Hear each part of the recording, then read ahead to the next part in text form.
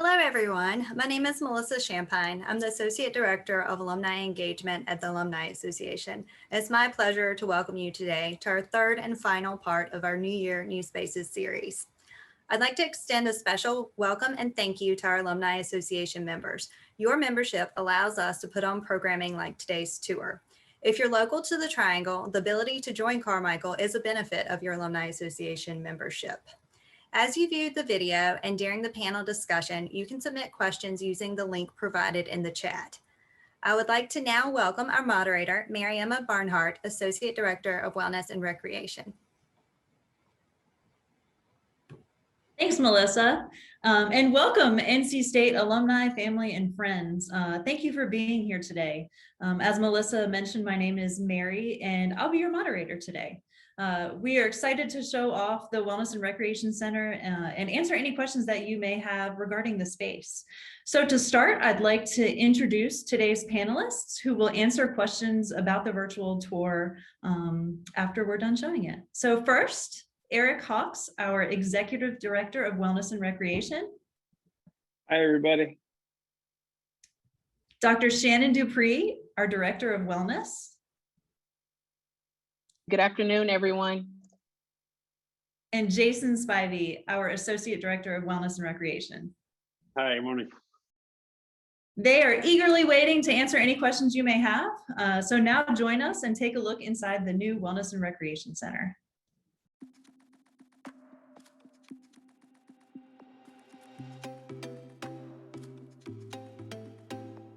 We're in the lobby of the Wellness and Recreation Center. Directly across the street from us is the Talley Student Center. And similar to what Talley has done for campus and the libraries have done for campus, we really believe that this new facility, the Wellness and Recreation Center, is going to continue to transform student life in a very positive way.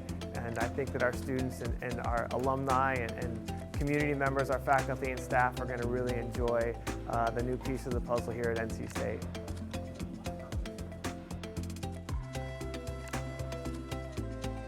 So similar to what Talley has done with student life and the Hunt Library has done for all of our students and transforming these spaces on our campus, we believe that the Wellness and Recreation Center is going to do a similar thing for campus life. So behind us, you can sort of see the main entrance, which is directly across from the Talley Student Center. I think one of the most important parts of sharing this story of the building and the construction and the design is really how involved our student leaders and really all students have been involved in this process from the very beginning.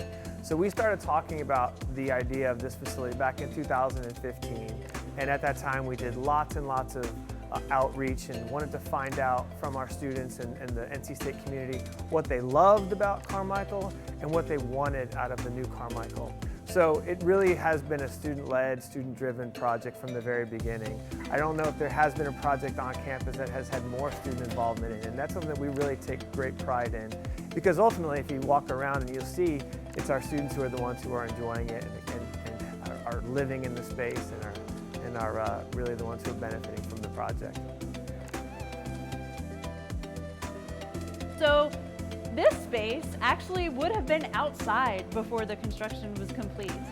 So this was the breezeway on the second floor, and now it's a connection between the Wellness and Recreation Center and Carmichael Gym. So we were able to open up our 8 multi-purpose and basketball courts and put in some storefront glass to highlight that space. As part of the project, we were also able to renovate our 2 first courts here, courts 1 and 8, and they mirror Reynolds Coliseum and PNC Arena. I just want to tell you a little bit about some of the sustainability features of this building.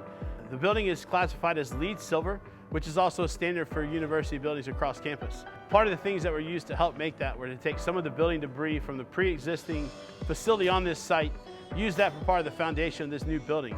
Another great feature of the facility is we were able to take wood from the oaks on property and use them to make this beautiful bench seating along with some additional slat walls throughout the complex.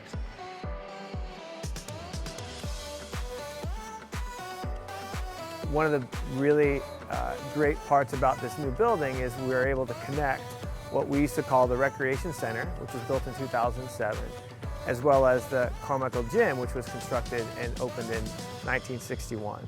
So we've got bridges that connect to what we used to call the recreation center, and then obviously we connect directly into the Carmichael Gym to make one cohesive, well-designed facility that everybody can enjoy. Right now we are on the 4th floor of the Wellness and Recreation Center, which is by far my favorite part of the entire complex, and it's our functional training area.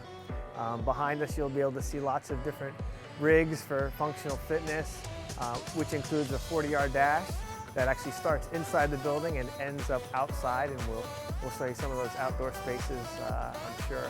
But truly, this is the space where students and members can come in and design your own workout. We've got lots of different equipment to choose from, and we know that this is the area of fitness which is growing the most. And again, as you see, there's lots of turf and open space for people to come in and make your own workout. I'm standing in front of basketball courts 1 through 8, where many of you probably played intramural sports, took a physical education class, or just played pickup basketball. Part of the design of this building was really to help create visual connections to spaces so you could easily navigate where you were going in the building. These basketball courts behind me are original from 1958. Outside of this project, we were able to actually update 2 of the courts to a new hardwood floor system. Since these courts were installed in 1958, they've long outlived their lifespan, and we've been very fortunate to have them for so long. Creating those visual connections through space was such an important piece to us. Many of you probably remember just brick walls here with some double red doors. Now we got this beautiful glass storefront that allows you to see directly into that space.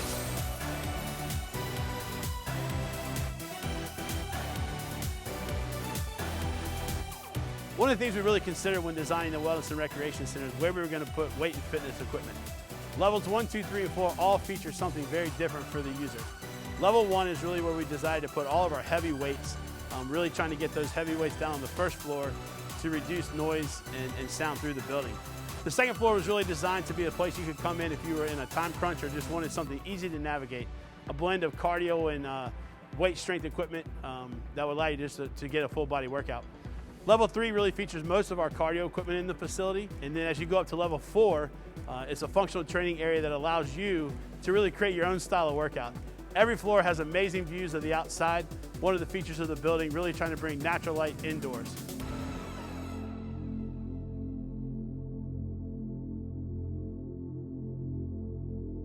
Welcome to the Mind Body Studio. This tranquil space overlooks Dale Stadium.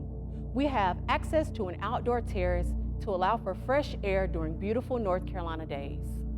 Yoga is known to decrease stress and help participants manage chronic mental health conditions.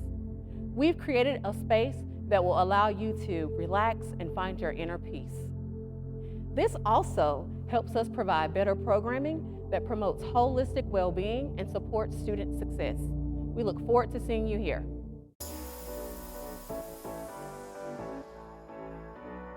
So we are here today in our climbing center, which includes our modular hold wall and our bouldering area, as you can see behind me. This space is visible from all levels. So the 1st through the 4th, you can see the climbing center. So we're really excited to have this front and center. Students voted for this. This was a space that they wanted in the building.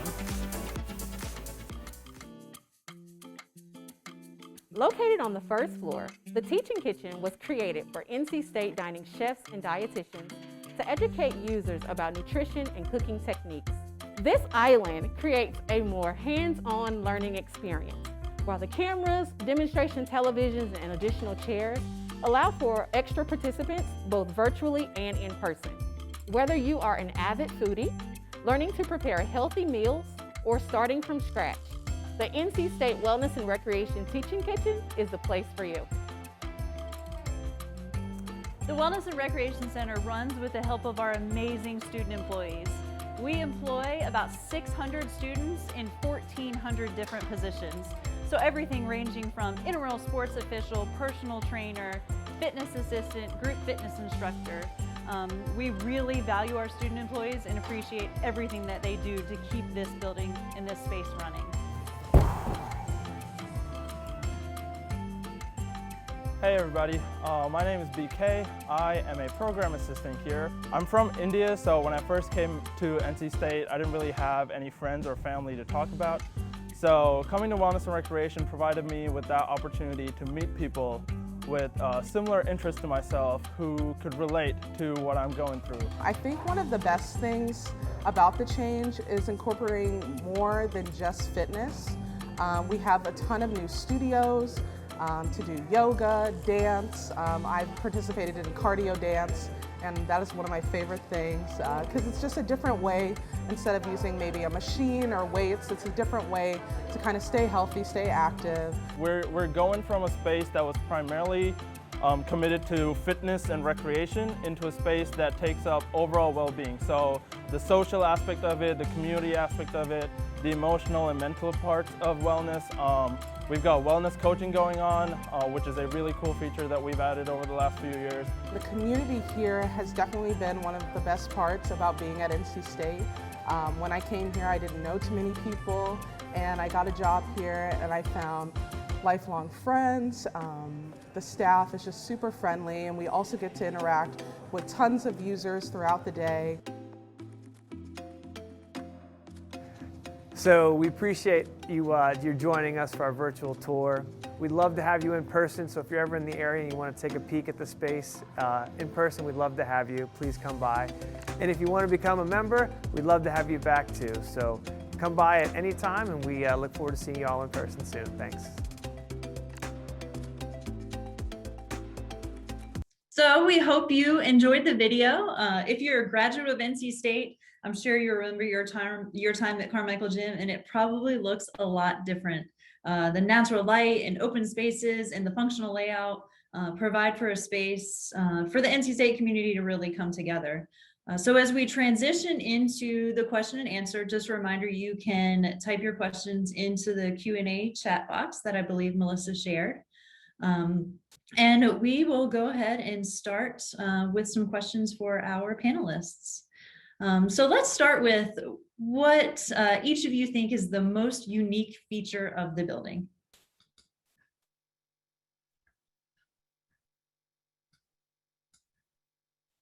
I'll jump in, Mary. I think for me, what I love most about the project and the unique pieces, if you remember the old Carmichael, it was very much, a corridor to a room, a corridor to a room. And you really didn't know how to navigate the space, and it was hard to find things.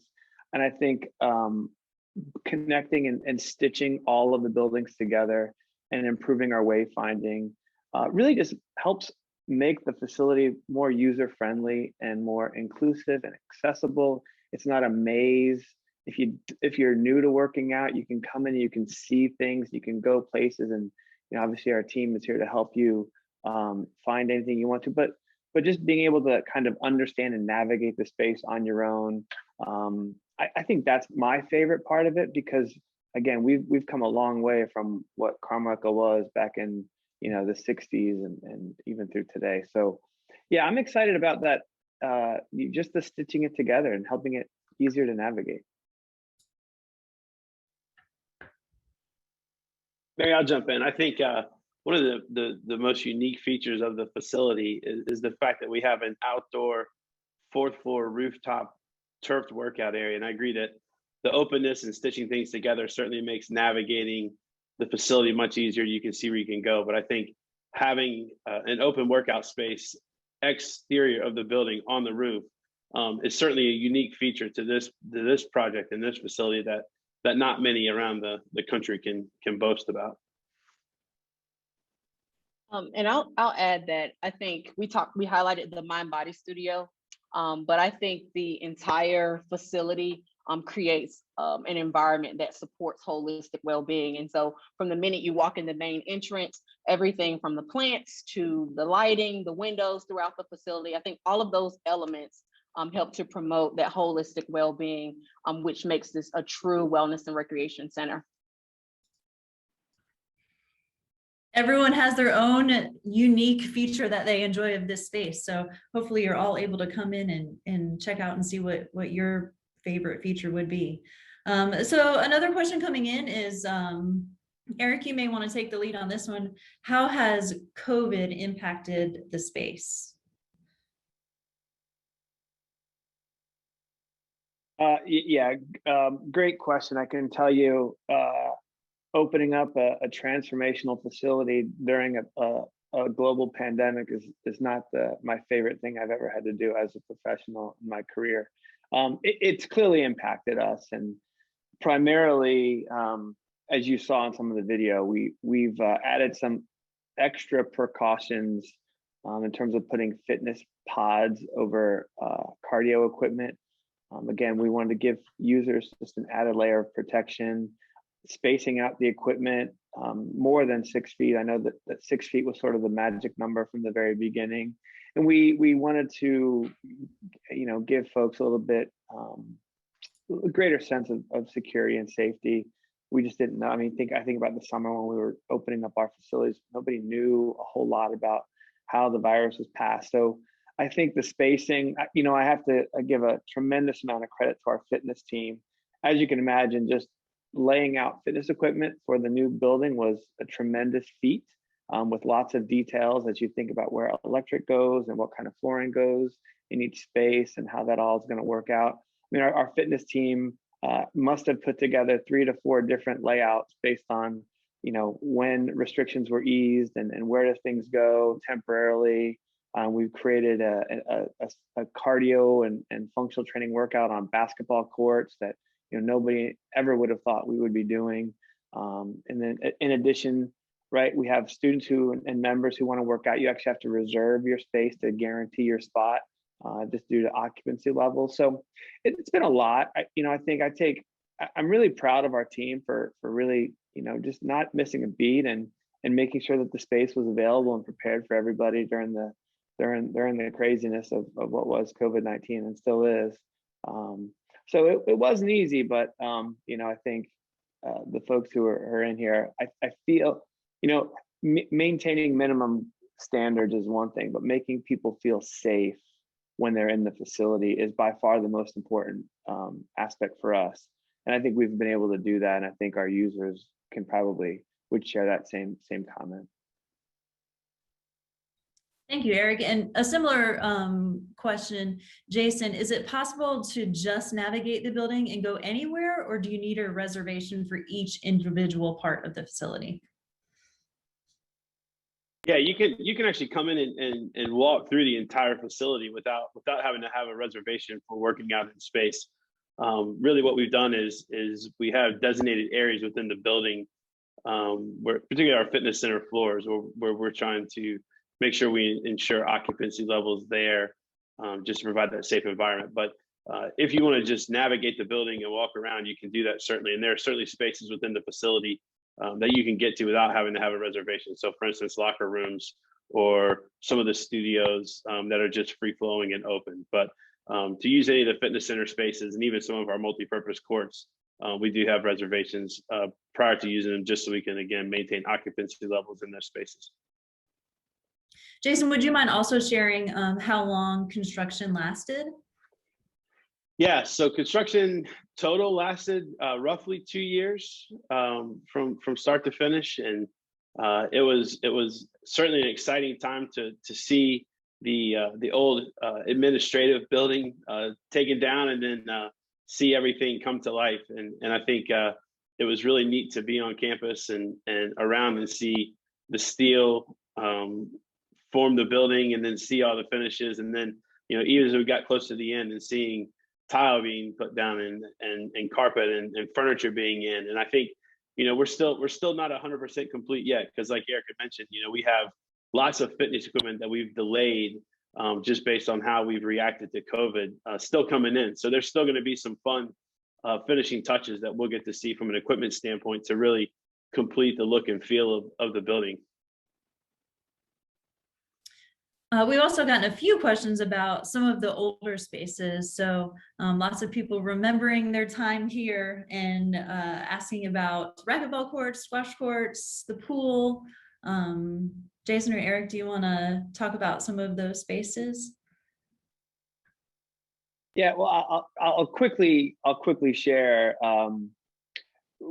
We love the new facility, and it's solved a lot of our problems, but we're still operating a building that was built in 1961, and there was an addition, we call it the 1987 wing, which has another 3 basketball courts, the old climbing wall, the indoor, the racquetball court, the squash. And we have been, I mean, throughout the last 3 to 4 years, we've been really trying to enhance those spaces whenever funds allow, right?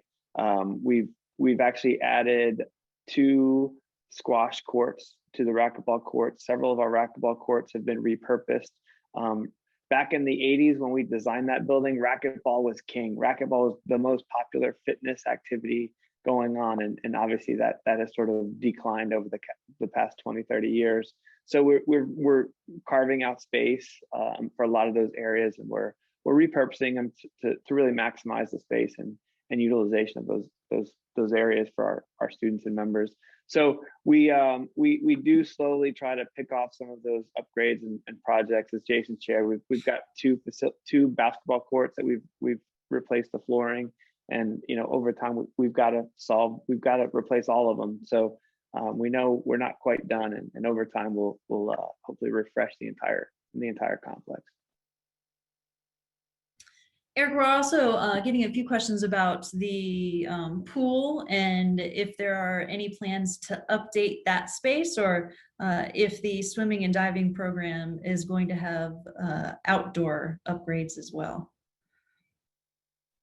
Yeah, so I can tell you, our partners in athletics have been really amazing in terms of improving that space day to day, year to year.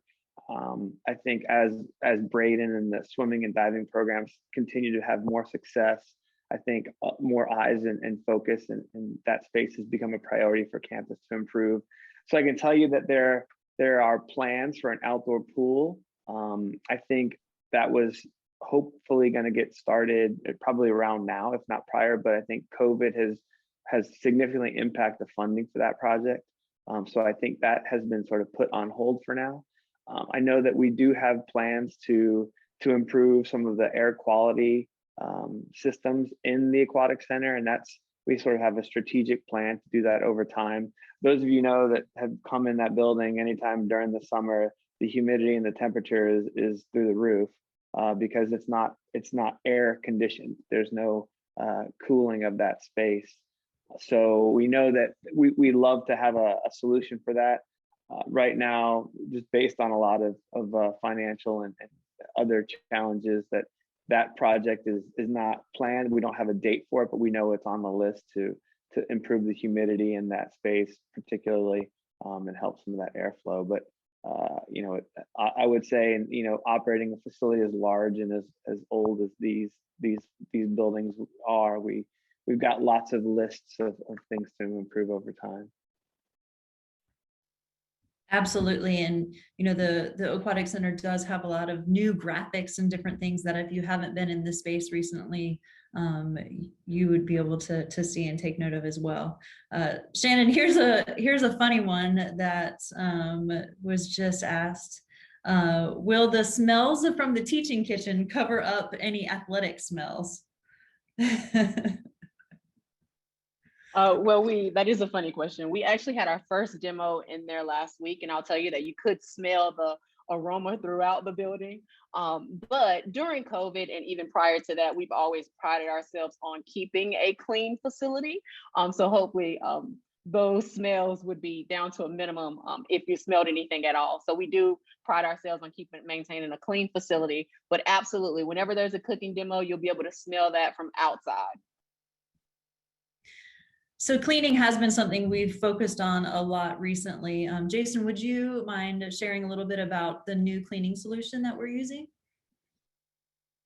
Sure. So as Mary mentioned, during COVID, it certainly heightened our cleaning regimen and making sure that we're keeping spaces sanitized. We work closely with NC State housekeeping to work on schedules and priorities of spaces with that. And then just recently, we actually invested in a product called Annihilator, which basically is an electrostatic cleaning solution. So the system is internal. We can make a cleaning solution with water and salt, and then it gets put in an electrostatic sprayer, which comes out with a positive charge. So really what that does is it allows the spray solution to fully encapsulate whatever we're spraying it on and towards. And so it's giving us a much better, well-rounded cleaning of all of our equipment.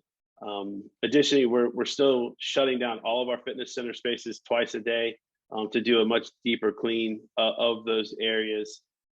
Again, trying to take extra steps to make sure that we keep spaces clean and sanitized and have the best experience for users coming in. And as alumni of NC State and members of the NC State Alumni Association, you're eligible to purchase a Wellness and Recreation Center membership. You can do that by coming to our main entrance across from Tally Student Union. And we're getting a lot of questions about the cost. So it is $35 per month or $360 for the year. And we will be increasing our membership rates as of July 1. So if that's something you're interested in doing, you can lock in those current rates now by purchasing that annual membership. Jason, can you share the facility hours? Yeah, so our hours adjust. Typical hours for us are 6 a.m. or right now during COVID, 6 a.m. to 10 p.m. Monday through Thursday. Friday, we go 6 a.m. to 9 p.m. And then Saturdays and Sundays, we're 9 a.m. to 7 p.m. And those will fall very similar for summer hours too. During a normal school year, we would be 6 a.m. to 11 p.m. So Monday through Friday, and then the weekend hours are reduced a little bit. But we try to stay open as much as we can. I think over the years, if you were a student here or at Carmichael in the past, you know that we closed a lot on holidays and over breaks. And I think as a department, we've really tried to be open more than ever, even during inclement weather. If the university is closed or universities reduced for snowstorms or things like that, we as a department have really committed to be open. And so I think you'll see that we've really tried to expand hours and stay open as much as we can. Eric, would you mind sharing how the project impacted student employees and if there are more job opportunities or a need for additional staffing? Yeah, so we really didn't drop our student employees during construction, although we did have some spaces offline. We were able to carve out, and repurpose spaces so that we had lots of fitness space available. In terms of, now today post, we will be, I say we have because we're still under COVID restrictions, but I anticipate, we do have more space, so we will obviously bring on a few more student employees per hour, right, to help supervise and navigate and manage and sanitize spaces. Our climbing center is really our new feature that we've never been able to use prior to 5:30 in the afternoons. Our previous climbing wall is shared by health and exercise studies, or many of you used to know as physical education. And those classes are incredibly important, and those took priority in terms of space. So now we have a wall that we can use, all day long as demand increases. And I think, that's been one of the really popular aspects to our facility, even during COVID. So I think we have clearly a lot of new staff members to help run the climbing center. But I think, again, I think BK and our other student, I didn't catch her name. Our student employees in the video, really, those are just two students, and I can tell you they're all amazing. And I think, I think we're incredibly proud of what they do. They allow us to really operate the facility. They're the ones here from, like Jason said, 5 o'clock in the morning until midnight during a typical year, managing the facility and making sure things go well. So yeah, no, there's still plenty of need for student employees in the facility. One of the things that the students mentioned too was being a space for more than just working out. Shannon, would you mind sharing how the Wellness and Recreation team and the center plans to collaborate with departments from across campus? Sure, thank you, Mary. Great question. So one of the things that we do is we do work with many departments across campus, internally and externally. But with this new space, we really are looking forward to being able to have departments from across campus in our space. So right now that's a tentative plan for fall to roll that out, but every day of the week, you'd be able to find someone different here, whether it's someone from the counseling center or someone from one of the campus community centers. Having someone in our space programming, being able to use all of the things that we talked about. The counseling center is chomping at the bit for the opportunity to host a drop-in group in our Mind Body Studio, to name a few. And obviously dining has already been in the teaching kitchen, but we're really trying to map out intentional ways to have our partners here to utilize all the different areas in our space that promote that holistic well-being.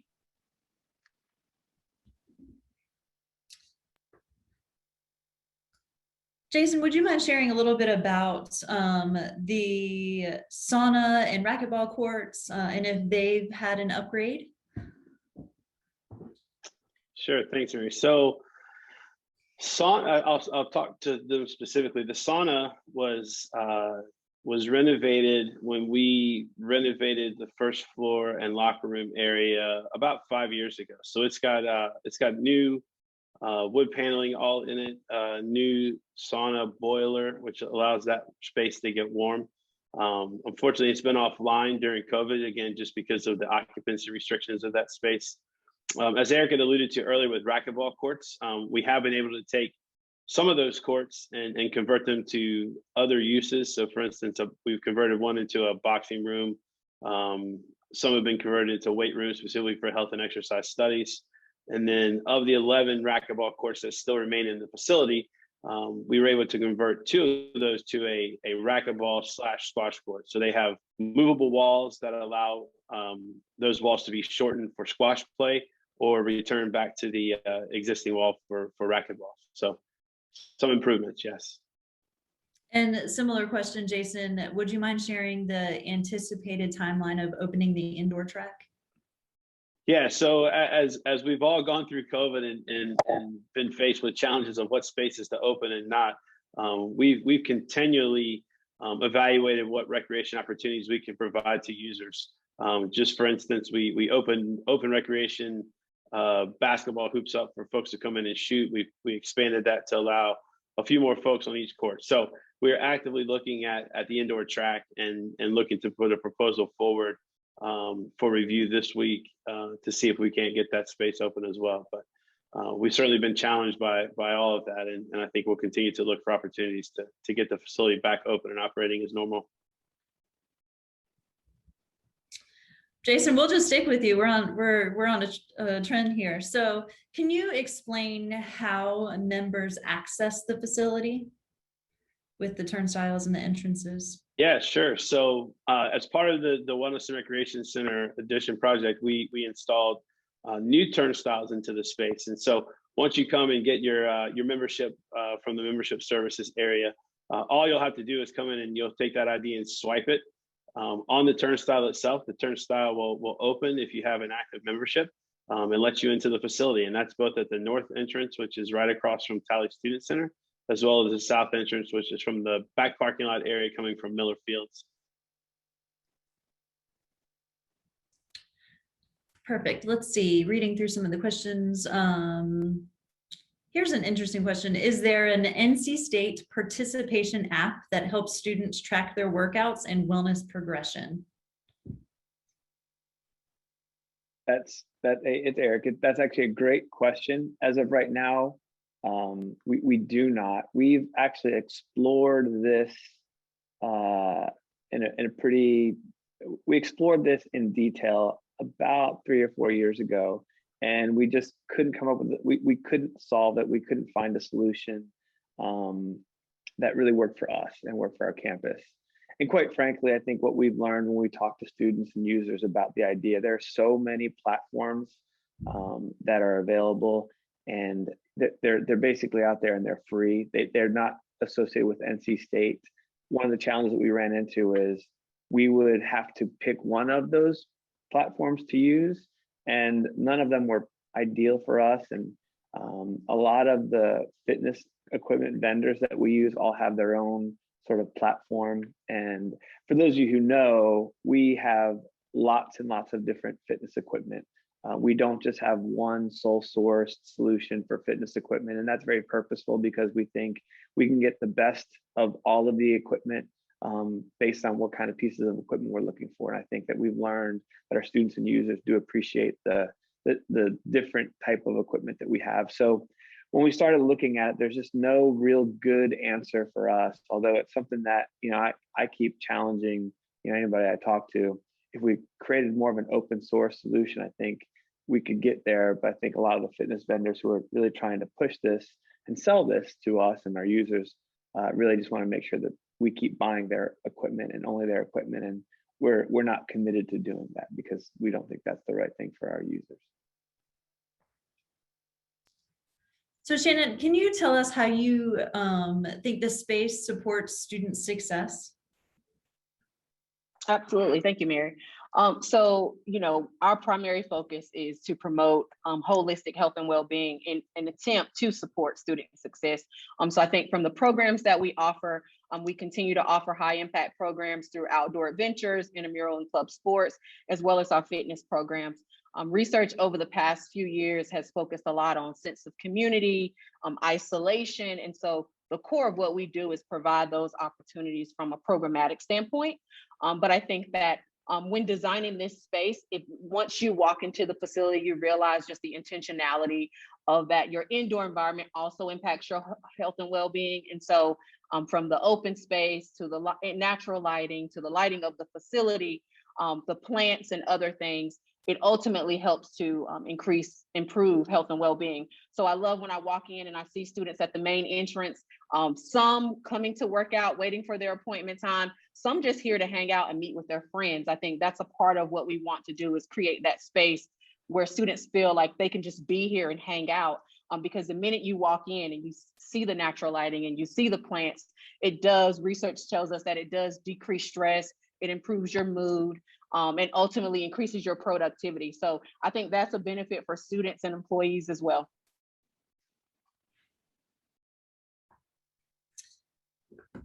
Jason and Eric, some questions about some of the facilities that are slightly older and no longer with us. The golf facilities, the putt greens, where they went, and if there's any additional golf facilities available, and if there's plans for a juice bar. Yeah, I'll jump in, and Jason, you can kind of take the juice bar. You take the juice bar. Yeah, so I can tell you our putting green is no longer here. That was part of the renovation, and quite frankly, the demand and need for that clearly has declined over the years. I will tell you, the primary user of that, the golf green, the putt green that was outside of the old building that was actually knocked down and where we built on top of it. We've improved the health and exercise studies golf room. We've put in a new golf green in there, and so that's really a really great teaching space for the faculty and the students who are taking the health and exercise studies classes. We don't have plans to create like recreational use of that area. It's something that we get asked requests over time, and we haven't quite figured out how we would manage that and sort of making sure that we keep that space ready for classes the next day. It really is a teaching space right now, and we haven't quite cracked the nut to figure out how to do it for rec users. And I would also say that when that putt green was created, there was no Lonnie pool. So I think I would remind everybody, you're always welcome to go out to Lonnie pool and putt on the putting green. Hopefully I don't get in trouble for sharing that option for folks, but that's always there. I can tell you, I've spent some lunches over there knocking the little white balls around on my own. So just know that. And I guess for the juice bar, we talked about that a while at length early on in the process, and I think our folks from dining were pretty rather than create a whole new juice bar area in the building, we're so close to the Tally student union. Like we're so close, and I think the idea would be that We may have to, provide some additional dining options, juice bar options over in Tally. I think that was one of the plans that we were going to start looking into. But COVID-19 has really just shifted everything. So it's something that we'll continue to work with our partners in dining to sort of make sure that there are really quality juice bar options available over in Tally if there's not right now. And I think we'll wrap up the questions with just a few membership questions. Where would you recommend that alumni members park? Mary, I think you should take that one. Listen, parking is miserable on any college and university campus. Let me be very clear about that. It's not ideal, and I think that's a barrier for a lot of alumni memberships. As we know, campus right now allows anybody to park anywhere, not anywhere. Campus opens up parking in a lot of spaces after 5 o'clock. That is extremely, extremely rare on a large campus like ours. And I think that our alumni members get to enjoy that if you can get here. Now, finding a parking spot at or after 5 o'clock is not easy. There's a lot of driving around. I will tell you that there's always the parking deck. Obviously, there's a charge for using that. And again, riding a bike or walking is an ideal place when you're going to the Wellness and Recreation Center, as I would in Carmichael Gym, as I would remind everybody. Mary, you may have more details on that though. Absolutely. I think you got it all pretty accurate. Typically, our alumni members are coming 6 a.m. to 7:30 a.m. Before parking is traditionally enforced, and then after 5. I would highly recommend that you read the signs in the parking spaces just to make sure you're in compliance with that particular lot, because every lot is very different with the parking. But yeah, we encourage you to come and visit and take a tour. Lots of questions about membership. So as I mentioned, if you go to wellrec.ncsu.edu, you can see some more information about the Wellness and Recreation Center and memberships. So as a member of the Alumni Association, you're eligible to purchase a membership. And like I said, you can do that in person at our main entrance. Wonderful. Well, thank you so much to our panelists and to our partnership with WellRec. We were very fortunate before COVID hit to carry out some really cool programs, and then they have just been amazing partners during COVID. We've offered a lot of virtual series, which we can share a link to some of those in the follow-up email that we'll send. And as an alumni member of the gym myself, I'm very appreciative of all the updates that have been made. And luckily, I haven't had trouble finding parking after 5 o'clock. So hopefully, if you do join, you'll be able to find parking and come work out with us. But thanks, everyone, for joining us. And we hope you get to check out the gym next time you're in Raleigh. Have a good afternoon.